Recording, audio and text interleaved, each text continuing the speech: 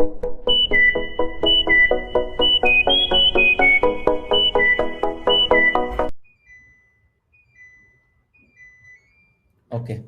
मैं अपने बारे में थोड़ा बताता हूँ यार, जिससे कि बुक्स कौन सी यूज करनी है वो सब बताऊंगा। डोंट वरी, आज की क्लास में हम वार्तालाप ही करेंगे, आप मेरे से डाउट पूछोगे। ठीक है, मैं थोड़े थोड़े कमेंट्स देख रहा हूँ। और जो ऊपर एक क्वेश्चन टैब है, क्वेश्चन टैब दिख रहे हैं ना यार, कुछ क्वेश्चन आ रहा होगा उसमें, आप टाइप करके डाल सकते हो। वो मैं क्लास के लास्ट में देखता हूँ। फील आ रही है? तो अभी मैं आपके कमेंट्स देखूंगा। जैसे ही 2 घंटे पूरे हो जाएंगे उसके बाद मैं सिर्फ आपके क्वेश्चन टैब देखूंगा। ठीक है, क्या फील आ गई? ग्रेट। ओके। अच्छा, आपका नीचे होता है, मुझे वो क्वेश्चन टैब जैसे ही आप टाइप करते हो मेरे को ऊपर दिखाई देता है, वो रजिस्टर ऊपर होता है। चलो ग्रेट। अब मैं थोड़ा सा अपने बारे में बता देता हूँ आपको। माय नेम इज अमन। ठीक है, अभी अभी मैं 23 साल का हुआ हूँ, तो मेरे को 23 अच्छा नहीं लगता, तो तुम मुझे 22 साल का कह सकते हो। आज से 4 साल पहले मैं भी 12th क्लास में था। ठीक है। ओके, तो ज्यादा बुढ़ापे का गैप नहीं हुआ है, जिस सिचुएशन से तुम जा रहे हो उसी से हम भी गए थे, बस तुम्हारा एक पेपर ज्यादा हो रहा है। ठीक है। हमारे टाइम में क्या होता था यार, बोर्ड एग्जाम और जेई मेंस दोनों के नंबर मिलते थे, तो हमारे साथ भी थोड़े बहुत एक्सपेरिमेंट्स किए थे। ऑल्दो आपको तो कैप्टन अमेरिका ही बना दिया इन्होंने। ठीक है, तो हम क्या करेंगे अब, फिर अब मैं यार बॉर्न इन राजस्थान हूँ, और शुरुआत के 2-3 साल गांव में ही रहा था। और राजस्थान में यार हमारे यही होता है कि या तो आर्मी वगैरह ज्वाइन कर लो या फिर स्पोर्ट्स में करियर बनाओ। इनको हम बहुत रिस्पेक्ट करते हैं, आर्मी और स्पोर्ट्स को। तो जब मैं दिल्ली आया पापा की जॉब की वजह से, तो पापा ने कहा बेटा बताओ कौन सा स्पोर्ट खोलोगे। तो मैंने यार कोई सा स्पोर्ट खेल नहीं रखा, तो मैंने बोला क्रिकेट खेलूंगा। ठीक है, फिर पापा ने कहा बेटा क्रिकेट में तो 11 लोगों की टीम होती है, तो है ना तुम 10 लोगों पे डिपेंडेंट रहोगे। तो ऐसा कर टेनिस खेल, टेनिस वन मैन गेम होता है, अगर तेरे में दम होगा तो निकाल लेगा। मेरे को टेनिस का टी नहीं पता था, मैंने कहा एज यूजुअल ओके पापा। तो पापा ने कहा ठीक है, तो मैंने लॉन टेनिस खेलना स्टार्ट किया। ये मैंने स्टार्ट किया था अपनी 3rd क्लास के अंदर। और मैंने स्कूल भी वही ज्वाइन करा था, मैंने अपना स्कूल बदलवाया था। मैं ऐसे स्कूल में गया था जिस स्कूल के अंदर लॉन टेनिस ग्राउंड हो, जिससे कि मैं ब्रेक वगैरह में प्रैक्टिस कर सकूं। वो पापा होते हैं ना, मम्मी पापा छोटी एज में हर छोटे छोटे चीज को देखते हैं कि ये भी इसे मिले, ये भी मिले।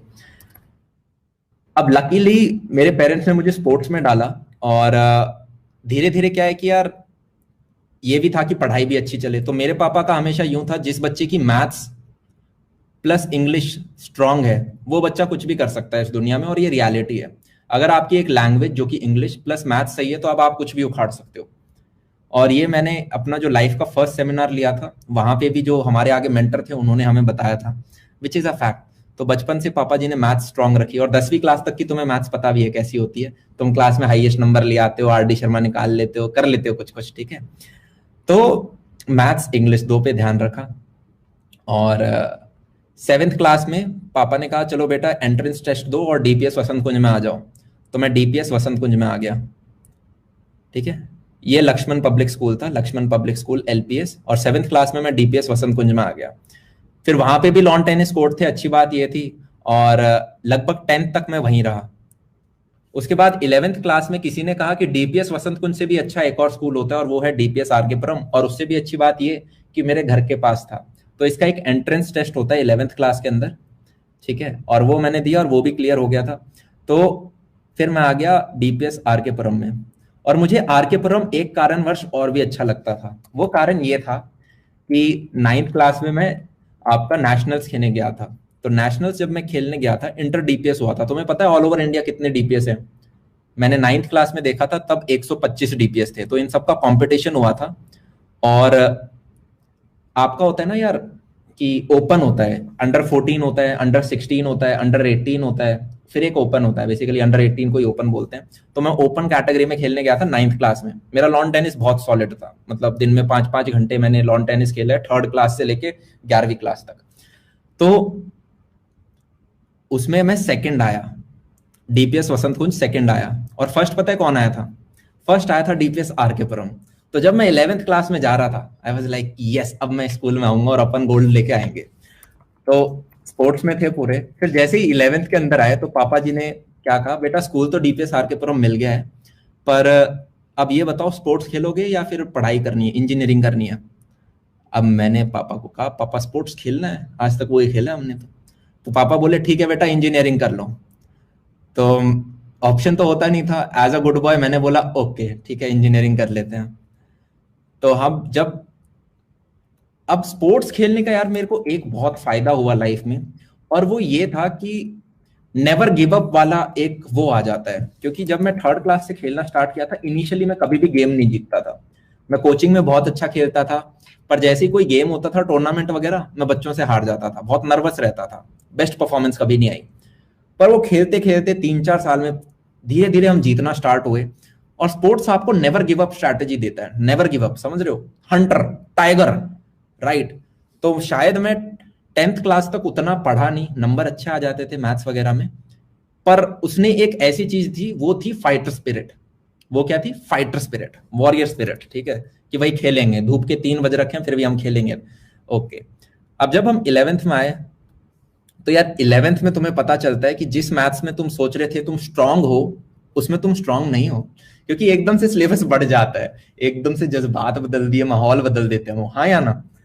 तो फिर भी यार क्योंकि बिलीफ था कि हाँ मैथ्स अच्छी है, तो मैंने क्या पकड़ा कि यार मैथ्स को है ना टाइम देंगे तो हो जाएगी। मैथ्स को टाइम दिया, इतना टाइम दिया कि फिजिक्स और केमिस्ट्री छूट गए। फील आ रही है? थोड़ा थोड़ा केमिस्ट्री पसंद था तो चलो केमिस्ट्री को पकड़ लिया, पर फिजिक्स मेरा एकदम छूट गया था। फिजिक्स मेरा एकदम छूट गया था। तो इवेंचुअली क्या हुआ, मैथ्स में नंबर आ रहे हैं, केमिस्ट्री में नंबर आ रहे हैं, पर फिजिक्स समझ में ही नहीं आ रहा। टीचर भी कुछ ऐसे ही थे, ठीक है। और मेरा ट्रैवलिंग में टाइम जा रहा है, 1-2 घंटे में दूर जाता था कोचिंग में, और फिर वापस आता था, डीटीसी के सारे रूट पता चल गए थे, ठीक है। तो फिर ऐसे करते करते धक्का खाते खाते हम 12th में पहुंचे। और 12th में था यार बोर्ड में अच्छा स्कोर करना है, क्योंकि उससे जेईई मेन की रैंकिंग आएगी, बोर्ड इज ऑल्सो काउंटेड। अब मैंने कहा यार क्या करें, तो मैंने एक डिसीजन लिया, कोचिंग इंस्टीट्यूट छोड़ो। वहां पे देख लिया मैंने, कुछ निकल के नहीं आ रहा, इतना मजा नहीं आ रहा। मैं घर में बैठा और मैंने पर्सनल ट्यूशन लगाया था उस टाइम। पर्सनल ट्यूशन मतलब मैं जाता था कहीं पे, उनसे पढ़ के आता था, फिर वापस आता था। ट्रैवलिंग टाइम अभी भी कम नहीं हुआ था, पर अब मुझे इंडिविजुअल ट्यूशन मिल गया था। इंडिविजुअल मतलब मेरी क्लास में बच्चे कम थे, 10-15 बच्चे होते थे और उन्हीं में पढ़ते थे। और टीचर क्या होता है, फिर फोकस ज्यादा होता है आपके ऊपर। तो मैंने यार फिजिक्स को अपना मेन स्ट्रेंथ बनाया, वहां से मैंने दोबारा उठाई, ठीक है। और केमिस्ट्री जो थी वो वैसी की वैसी स्ट्रेंथन रही। मैथ्स पे मैंने अपना टाइम थोड़ा कम किया। और इवेंचुअली ये हुआ, जब मैं 11th में था यार, मेरे फिजिक्स में बहुत कम नंबर आते थे। हमारे टाइम में 120 नंबर का पेपर होता था। तो कभी कभी ऐसे होता था कि भाई 15 तक आए हैं, मेरे मेरे 25 तक आए हैं, ठीक है, इस तरह के नंबर आ रहे हैं। पर जैसे ही मैं 12th में आया और फिजिक्स को एक बार समझ के पढ़ना स्टार्ट किया, ये सेम चीज में मेरे सब्जेक्ट, मेरा पहला जंप पता है क्या आया था? मेरा पहला जंप मुझे याद है, 120 का पेपर हुआ था और मेरे 105 आए थे फिजिक्स के जो शुरुआत के 2 चैप्टर हैं।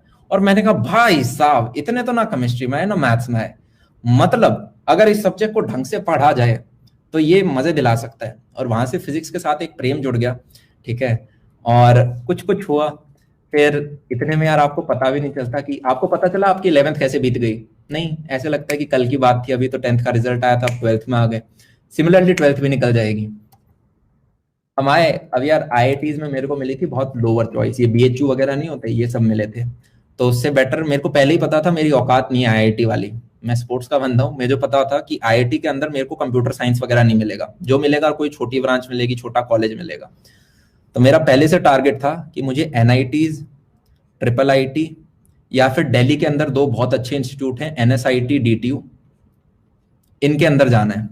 और एनएसआईटी के बारे में मैंने सुना था कि यार लास्ट ईयर जो 12th में जब मैं था, यहां से 8 बच्चे निकले थे गूगल के अंदर जिनका 1.25 करोड़ का पैकेज था, और ये बात मैं कर रहा हूं 2015 की।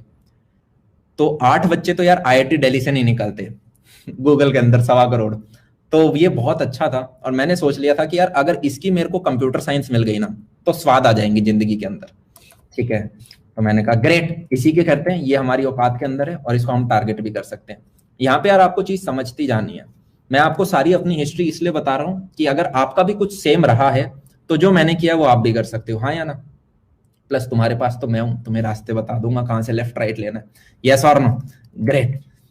तो अब हम इस कॉलेज के अंदर आ गए। अब मैं यार थोड़ा शाय था, ठीक है। अब कॉलेज की जर्नी के अंदर हम जा रहे हैं, कॉलेज की जर्नी के अंदर जा रहे हैं। आज यार सिर्फ एक दूसरे को हम जानेंगे, चिंता मत करो। कल से क्लास स्टार्ट करेंगे, क्योंकि काफी बच्चे हैं जिन्हें पता ही नहीं है कि आज क्लास है, ठीक है। तो आज हम थोड़ा जानेंगे, स्ट्रैटेजी डिस्कस करेंगे। तुम मेरे से कुछ भी डाउट पूछ सकते हो आज, about the course, about anything, right? Okay, तो मेरी लगभग यहाँ पे रैंक आई थी 6024, ठीक है। तो 6024 में आपको कंप्यूटर साइंस नहीं मिलता, मेरे को मिला आईटी, जो कि कंप्यूटर साइंस के जस्ट बाद होता है, पर लगभग अच्छी ब्रांच होती है, तो इट्स गुड, ठीक है। दोनों का एवरेज पैकेज सेम ही जाता है। तो मैंने कहा ओके चलो मिल गए, अब अंदर जाते हैं, हाँ मेंस के अंदर। अब मैं बहुत खुश था टू बी ऑनेस्ट। इनफैक्ट मेरे पापा यूं थे कि बेटा ड्रॉप ईयर ले लो, आईआईटी चले जाओ, क्योंकि आईआईटी का टैग बहुत अच्छा होता है। और मैं भी कंफ्यूज था कि यार कहीं आईआईटी का टैग बहुत अच्छा तो नहीं होता। पर मैंने एक डिसीजन लिया कि नहीं यार एनएसआईटी के अंदर जाएंगे। अब जब चले गए, कॉलेज के कुछ 4 साल बीते, उनके अंदर मैंने कुछ रामायण महाभारत और सब कुछ करा। उसका रिजल्ट ये हुआ कि जब मैं 4th ईयर में निकल रहा था, तो मेरा all over India highest package है, ठीक है। दिस इज अ फैक्ट, ठीक है, this is a fact. I have not been to IIT Delhi Bombay computer science, but still I got somehow touch wood a nice package. Okay, so बस कितना, देखो यार कभी भी एक औरत की उम्र और एक आदमी की इनकम नहीं पूछते, पर फिर भी मैंने अपने वीडियोस में काफी बार बता रखा है। मैं बार बार नहीं बताता क्योंकि वो अजीब सा लगता है, मेरे को खुद क्रिंज होने लग जाता है, ठीक है। सो और उससे भी इंटरेस्टिंग फैक्ट पता है क्या है? इंटरेस्टिंग फैक्ट ये है कि I don't work for anyone, मतलब मैं इंडिपेंडेंट हूं अपना, मेरी जहां मन करता है मैं उधर काम करता हूँ।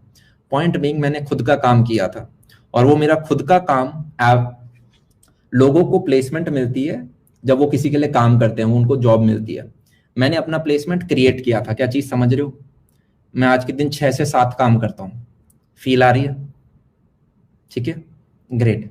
सो बस, तो अब इस 4 साल के दौरान मैंने एक चीज समझी कि यार अगर मेरे जैसा व्यक्ति जिसने 10th तक ज्यादा पढ़ाई नहीं करी, ठीक है, जिसने 11th 12th में भी एक एवरेज बच्चा ही रहा, 6000 रैंक कोई टॉप क्लास रैंक नहीं होती यार, वो टॉप 100 रैंक नहीं है, वो टॉप 500 रैंक नहीं है, ठीक है।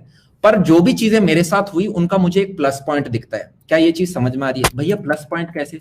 जैसे मैंने आपको शुरुआत में बताया, मैंने शुरुआत में बचपन में स्पोर्ट्स खेला, वो मेरा सबसे प्लस पॉइंट मुझे लगता है। वो मेरी कमी नहीं है कि यार बचपन में मुझे आरडी शर्मा निकालनी चाहिए थी, बचपन में मुझे और पढ़ना चाहिए था, आईआईटी जेईई की तैयारी नहीं, अच्छा हुआ मैंने स्पोर्ट्स खेला, हेल्दी रहा, ठीक है, फाइटर स्पिरिट आई।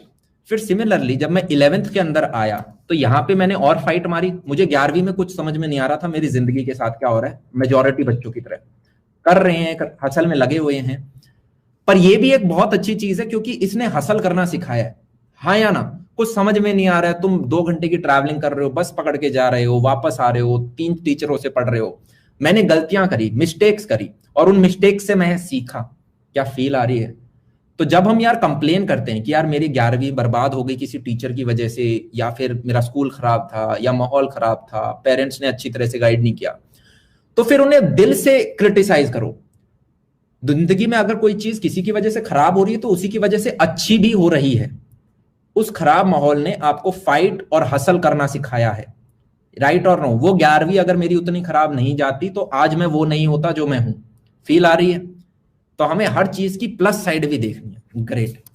सो फिर 12th के अंदर आए, 12th के अंदर कुछ कुछ सीखा। यहाँ पे हम ये सीखे कि यार किसी चीज को पकड़ के अगर करना स्टार्ट करते हैं और उस पर प्रैक्टिस करें, कंसिस्टेंट रहें, तो ऐसी कोई चीज नहीं है जो हम नहीं कर सकते, ऐसी कोई चीज नहीं है जो हम नहीं कर सकते। ठीक है, ग्रेट। अब जब मैं कॉलेज के अंदर आया तो मैं ये